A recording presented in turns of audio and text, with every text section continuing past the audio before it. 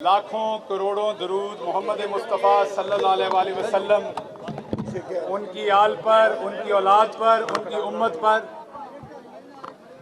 सबसे पहले तो मैं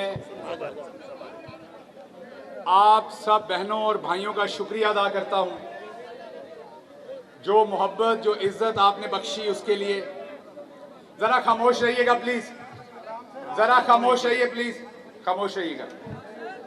सबसे पहले तो मैं आप सबका बहुत शुक्रिया अदा करता हूं, अपने बुजुर्गों का, बहनों का, भाइयों का, बेटों का, कि आप सब ने जो इज्जत बख्शी, जो प्यार बख्शा आज फैसलाबाद आमद पर मेरे अपने शहर में। उसके बाद मैं बहुत बहुत शुक्रगुजार हूं। महबूब आलम संधू हमारा भाई है, यहाँ से हमारा कैंडिडेट है पाकिस्तान तहरीक इंसाफ का।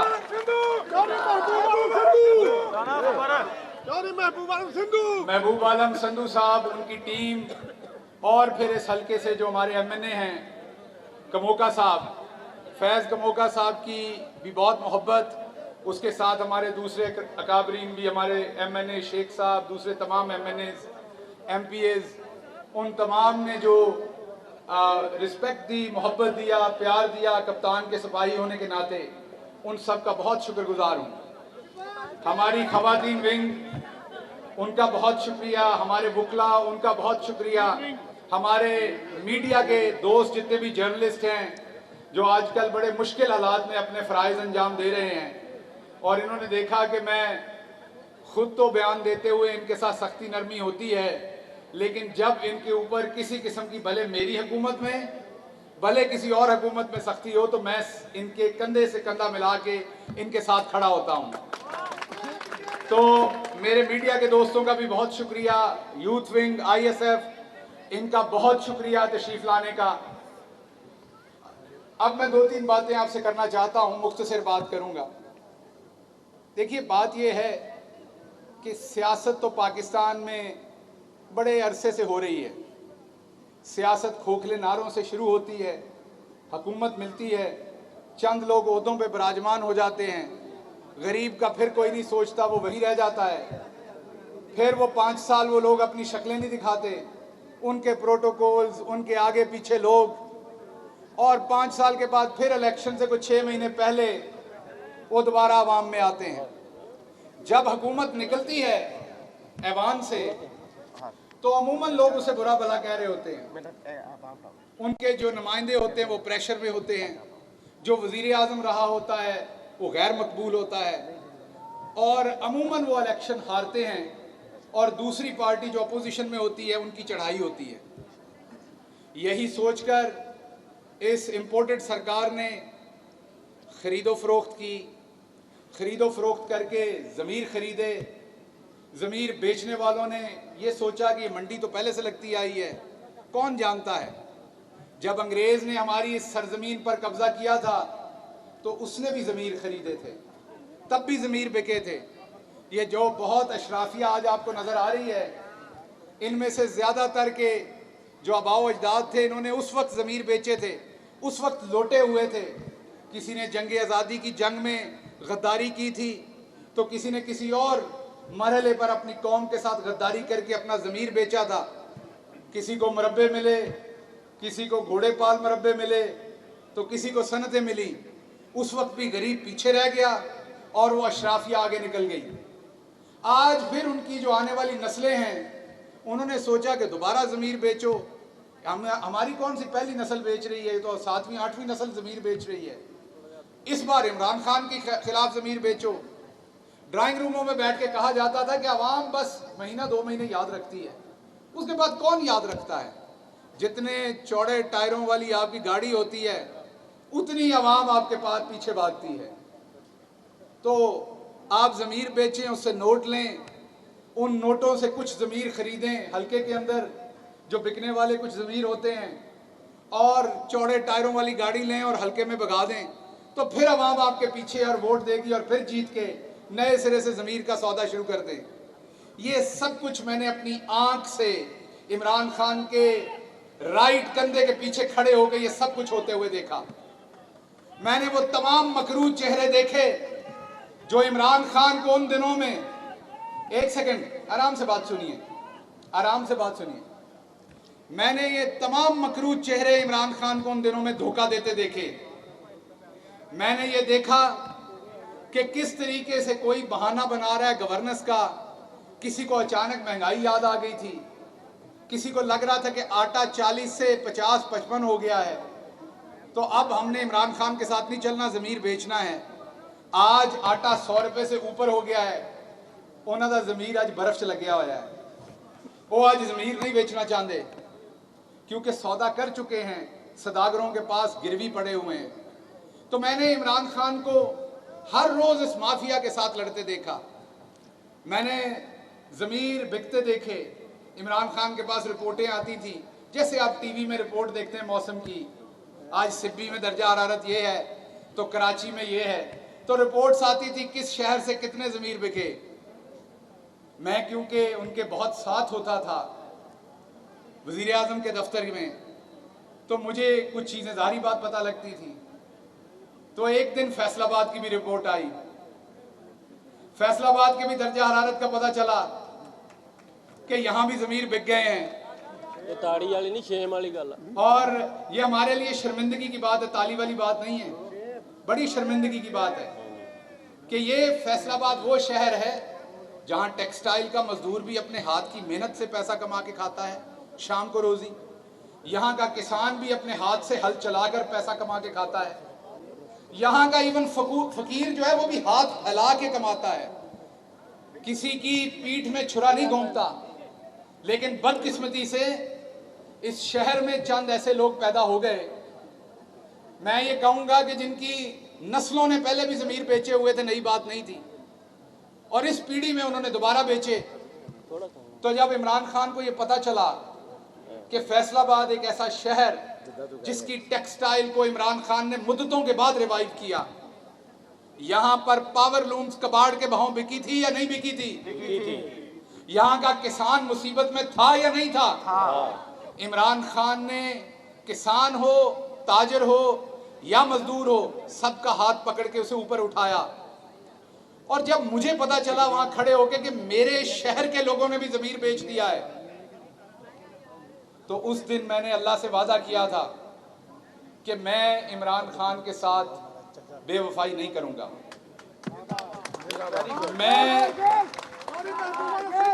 मैं अपने शहर की माओं के दूध की लाज रखूंगा। मैं इस शहर के जवानों की गैरत की लाज रखूंगा।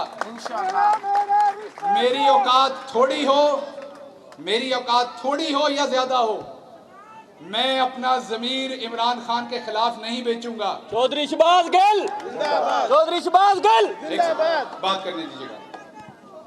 जब आप ज़मीर नहीं बेचना चाहते, ये सहाफ़ी खड़े इन्हें पता है, कैमरामैन खड़े इन्हें पता है, सबसे ज्यादा इनका रोज क्योंकि पाला पड़ता है। रोज सहाफत में खबर वो होती है जिसे कोई रखवाना चाहे, ऐसी खबर नहीं होती जिसे कोई ना रखवाना चाहे। खबर वो होती है जिसे कोई ना कोई रखवाने में इंटरेस्टेड हो। और जब आप वो खबर देते हैं जिसे शहबाज गिल या राणा सनाउल्लाह या कोई और रखवाने में इंटरेस्टेड होता है, तो आपकी नौकरी भी खतरे में पड़ती है, आपके बच्चों का स्कूल जाना भी खतरे में पड़ता है, आपके घर वाले भी खतरे में पड़ते हैं। इसलिए सहाफत को इबादत कहा जाता है। इसी तरीके से जब आप ज़मीर नहीं बेचते, भले वो सहाफत हो या सियासत हो, तो फिर आप पे सख्तियां आती हैं। आपकी औकात से ज्यादा सख्तियां भी आती हैं।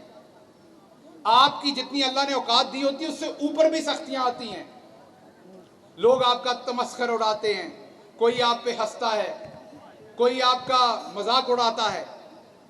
आपके ऊपर सिर्फ एक टेस्ट होता है कि जब आप लौट के अपने लीडर के सामने जाएं तो आपकी आंखें नीचे नहीं होनी चाहिए, आप उसकी आंखों में देख के मुस्कुरा सकें। आपके सामने टेस्ट सिर्फ एक होता है, जब आप अपने घर जाएं तो आपकी मां जब आपका माथा चूमे तो उसकी आंखों में खुशी के साथ साथ गुरूर भी होना चाहिए कि उसने एक वफादार बेटा पैदा किया है। तो आप गरीब हैं या अमीर हैं, अगर आप गैरतमंद हैं तो आपके गैरत की कीमत कोई नहीं है। और मैं आपको यकीन से ये बताता हूं मैंने मिडिल क्लास और गरीब आदमी को ज्यादा गैरतमंद पाया है। मैंने उसकी गैरत को ना बिकने वाला पाया है। हालांकि वो गरीब होता है, मिडिल क्लास होता है, वसाइल कम होते हैं, लगता है कि उसको आराम से खरीदा जा सकता है। तो ये याद रखिएगा, ज्यादा या कम दौलत इस चीज की जमानत नहीं है कि आप गैरतमंद हैं और बकाऊ माहौल नहीं है। गुर्बत इस चीज की निशानदेही नहीं है कि आप करप्शन करेंगे। मैंने यहां जितना कोई ज्यादा सरमायादार है उतना उसे ज्यादा करप्शन करते हुए देखा है। इसलिए मैंने जो किया, ना मैंने इमरान खान पे एहसान किया, ना मैंने फैसलाबाद पे एहसान किया, ना अपने खानदान पे एहसान किया, ना मैं अपने सत्ता पिंडा पे एहसान किया। मैंने वो किया जो मुझे लगा था कि मुझे फैसलाबाद के टाट वाले स्कूल में पढ़ाया गया था कि आपने सबसे पहले अपने रब्बुल आलमीन और अपने पैगंबर, आखिरी पैगंबर मोहम्मद मुस्तफ़ा सल्लल्लाहु अलैहि वसल्लम के साथ और उसकी तालीम के साथ खड़े होना है। उसके बाद आपने अपने मुल्क और अपनी अफवाज के साथ खड़े होना है। उसके बाद आपने जो आपका नजरिया है, और मेरा नजरिया इमरान खान है, उसके साथ खड़े होना है। मैंने ये तीनों शर्तें इसलिए पूरी की कि आप जो यहां बुजुर्ग बैठे हुए हैं, आप लोगों की यही तरबियत थी हमें। मैं आपका बेटा हूं, मैं ਤੁਹਾਡੀ पग दे किसी वर्ल्ड ਨੂੰ भी दाग नहीं लगन देंगा। मेरा ਤੁਹਾਡੇ ਨਾਲ वादा है। यही निशानी है। मेरा ਤੁਹਾਡੇ ਨਾਲ ਇਹ वादा है कि ਜਦੋਂ ਜਦੋਂ ਤੁਹਾਨੂੰ मैं किते भी नजर आवांगा, ਤੁਸੀਂ एक बारी फिर अपनी पग खोल के ते घुट के वाल दे के बन्नोगे। मैनू वेख के ਤੁਹਾਡੀ पग दे वाल मैनू वेख के ढिले नहीं होणगे। जिस तरह इत्थों दे कुछ ज़मीर फरोश जिन्हां दे सिरां दे नाल नाल उन्हां दे ज़मीर भी नंगे होए ने, उनकी तरह आपको मैं बिकता हुआ बाजार में नजर नहीं आऊंगा। ये कुछ लोग खड़े हैं यहां पर इस स्टेज के ऊपर, इनको भी बड़ी, मुझे पता है, मुझे तमाम हकायक का पता है। एक कमोका साहब खड़े हैं, बताएं मुझे कि क्या इन्हें नहीं आई ऑफर्स? क्या इनके जमीर की कीमतें इन्हें ऑफर नहीं की गई इनडायरेक्टली, डायरेक्टली? इनके पास भी वो मरहला था। या अपने खानदान की, अपने वोटर की, अपने हलके की, आप लोगों की आंखों में आंखें डालकर खड़े होते ये, या फिर टके लेके अपना जमीर बेच देते? इन लोगों ने चूज किया कि मुश्किल वक्त में कप्तान के साथ खड़े होंगे, पाकिस्तान के साथ खड़े होंगे। और मैं आपको एक और बात बता दूं, पाकिस्तानी अवाम जो है जज्बाती भी है। हमारी अवाम ठीक है, गरीब मुल्क है, ज्यादातर लोग गरीब भी हैं। ठीक है, हमारे कल्चर में कुछ मसाइल भी हैं, कई चीज़ों में हम ज़रा थोड़े से बहुत ज़्यादा रिजिड हैं। हमारे और बहुत सारे मसले हैं, बरादरीज़म पे भी बिलीव करते हैं, सारी चीज़ें हैं। लेकिन एक बात याद रखिएगा, जब भी कभी कोई ऐसा इम्तिहान आए जहां पर एक तरफ गैरत हो और दूसरी तरफ कुछ भी हो, पाकिस्तानी अवाम हमेशा गैरत की तरफ खड़ी होती है। सो इसलिए मैं आपको सिर्फ एक बात आखिर पे कह के, क्योंकि मीडिया के दोस्त बड़ी देर से खड़े हैं, इन्होंने जाना है, मैं एक ही पैगाम दूंगा। राणा सनाउल्लाह भी इसी शहर से हैं। राणा साहब, आपके वारंट निकले हुए हैं पंजाब हुकूमत में। मुझे नहीं पता कि आप कल तक पकड़े जाएंगे कि नहीं पकड़े जाएंगे, लेकिन अगर आप पकड़े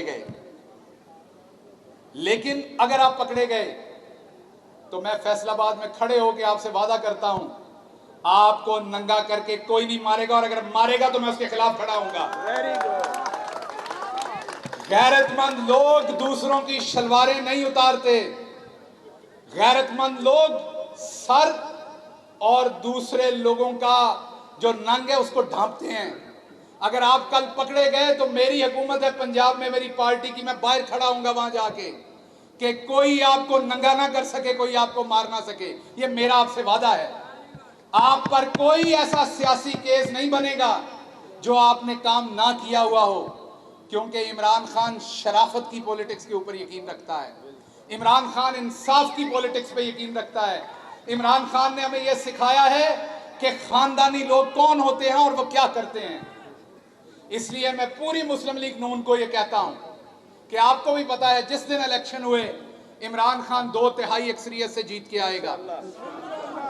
अल्लाह के हुक्म से कल 12 रबीउल अव्वल है, हमारे खातमुन नबीयीन मोहम्मद मुस्तफ़ा सल्लल्लाहु अलैहि वसल्लम की काली कमली के सदके इंशाल्लाह आप देखेंगे कि इमरान खान तमाम रुकावटें तोड़ता हुआ 2/3 अक्सरियत से वज़ीर आज़म बनेगा इंशाल्लाह। मेरा आपसे ये वादा है, मैं पूरी नून लीग को बताता हूँ कि मुझे नहीं पता मेरी पार्टी में और कोई क्या स्टैंड लेगा, मुझे इमरान खान का पता है। इमरान खान आपको नंगा नहीं करेगा, आपका सर ढांपेगा अगर आप किसी भी मुकदमे में फंसेंगे। इसलिए हम अभी भी आपको कहते हैं कि सियासत करनी है तो मर्दों वाली करें, सियासत करनी है तो हलकों में आके करें, सियासत करनी है तो यहां आवाम के सामने इलेक्शन करवा के करें। सियासत इस चीज का नाम नहीं है कि आज पुलिस हमारे नीचे है फैसलाबाद में तो हम मुखालफिन के ऊपर जुल्म जबर करें, यह सियासत नहीं है, ये बगैरती है, ये रस्सागिरी है, इसको सियासत नहीं कहते जो आप कर रहे हैं। इसलिए हमारा आपको ये चैलेंज भी है और आपको दावत भी है कि अगर आपको लगता है कि वाकई आपके पल्ले कुछ है तो आप आए, इलेक्शन कॉल करें। ये मैदान है और ये घोड़ा है, दूध और दूध का पानी हो जाएगा। अवाम आपको बता देगी किधर खड़ी। अगर अवाम हमें वोट नहीं देती हम आपकी हुकूमत तस्लीम करेंगे। आप अपने 5 साल का प्रोग्राम दें, आपका प्रोग्राम तो लूटमार है, लेकिन दें चले लूटमार का प्रोग्राम, अवाम जाने और आप जाने। लेकिन अगर अवाम हमें देती है वोट तो हम वही करेंगे जो हमने पिछली दफा किया था। हम ज़राअत को 4.4% पे ऊपर लेके जाएंगे इंशाल्लाह। किसान की आमदन बेहतर करेंगे इंशाल्लाह। कोई मिल वाला किसान के गन्ने के पैसे नहीं मार सकेगा। माजरत, हम दोबारा आपके मजदूर की पावर लूम्स बहाल करेंगे इंशाल्लाह, उसकी मजदूरी ऊपर लेके जाएंगे। हम दोबारा एक्सपोर्टर के हालात बेहतर करेंगे, हम दोबारा कंस्ट्रक्शन सेक्टर खड़ा करेंगे, हम दोबारा मुल्क की ग्रोथ 6 से 7% के ऊपर लेके जाएंगे।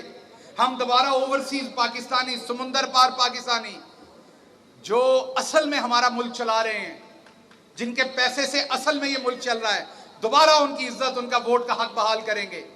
हम सहाफियों के साथ वो नहीं करेंगे जो यहां पे हो रहा है आज। सहाफियों को कोई सड़कों के ऊपर मार नहीं सकेगा। सो इंशाल्लाह वो इमरान खान का पाकिस्तान होगा, वो इंसाफ का पाकिस्तान होगा, वो इंसानियत का पाकिस्तान होगा, वो खुददारी का पाकिस्तान होगा। और उसमें एब्सोल्युटली नॉट कहा जाएगा जहां जरूरत पड़ेगी, लेटेंगे नहीं। मेरा आपसे ये, मैं अब क्योंकि आप लोग बहुत देर के आए बैठे हैं, हम थोड़ा लेट भी हो गए जिसके लिए माजरत है। मैं अब अपनी बात का इख्तिताम करूंगा। सिर्फ एक बात आपसे करूंगा, मेरी आपसे इंशाल्लाह मुलाकात होती रहेगी। मैं अगला इलेक्शन लड़ूं ना लड़ूं, मैं आपके साथ हर सूरत शाना बशाना रहूंगा। मेरी आपसे सिर्फ एक ही वादा है कि जब जब आप मुझे कहीं देखेंगे आप लोगों को बताएंगे जरूर कि शहबाज गिल लैलपुरिया है। आप लोगों को तारफ जरूर कराएंगे, ये हमारा भाई है, हमारा बेटा है। इंशाल्लाह आपकी नजर, आपकी इज्जत में कोई कमी नहीं आने दूंगा। जो भी काम कर रहा हूँ ना करप्शन करके, ना अपने लीडर के साथ वफादारी को या उसकी इज्जत को कंप्रोमाइज करके। आपकी दुआएं चाहिए। आपने, मैं जब जेल में था, जिस तरीके से आप लोगों ने तब भी रैली निकाली, जो मोहब्बत आप लोगों ने तब भी दी, मैं उसके काबिल नहीं हूं, मैं उसका बहुत शुक्रगुजार हूं। और मुझे बड़ी खुशी है कि मेरे शहर के लोग मुझसे मोहब्बत करते हैं। मैं, यकीन करें, इस शहर से और आप लोगों से बहुत मोहब्बत करता हूं, क्योंकि आपके बहुत सारे कर्ज मेरे ऊपर हैं। मैं जहां भी पहुंचा हूं उस पर आप लोगों का बहुत कंट्रीब्यूशन है। आप सबकी मोहब्बत का एक दफ़ा फिर शुक्रिया। फैसलाबाद जिंदाबाद, पाकिस्तान पाइंदाबाद।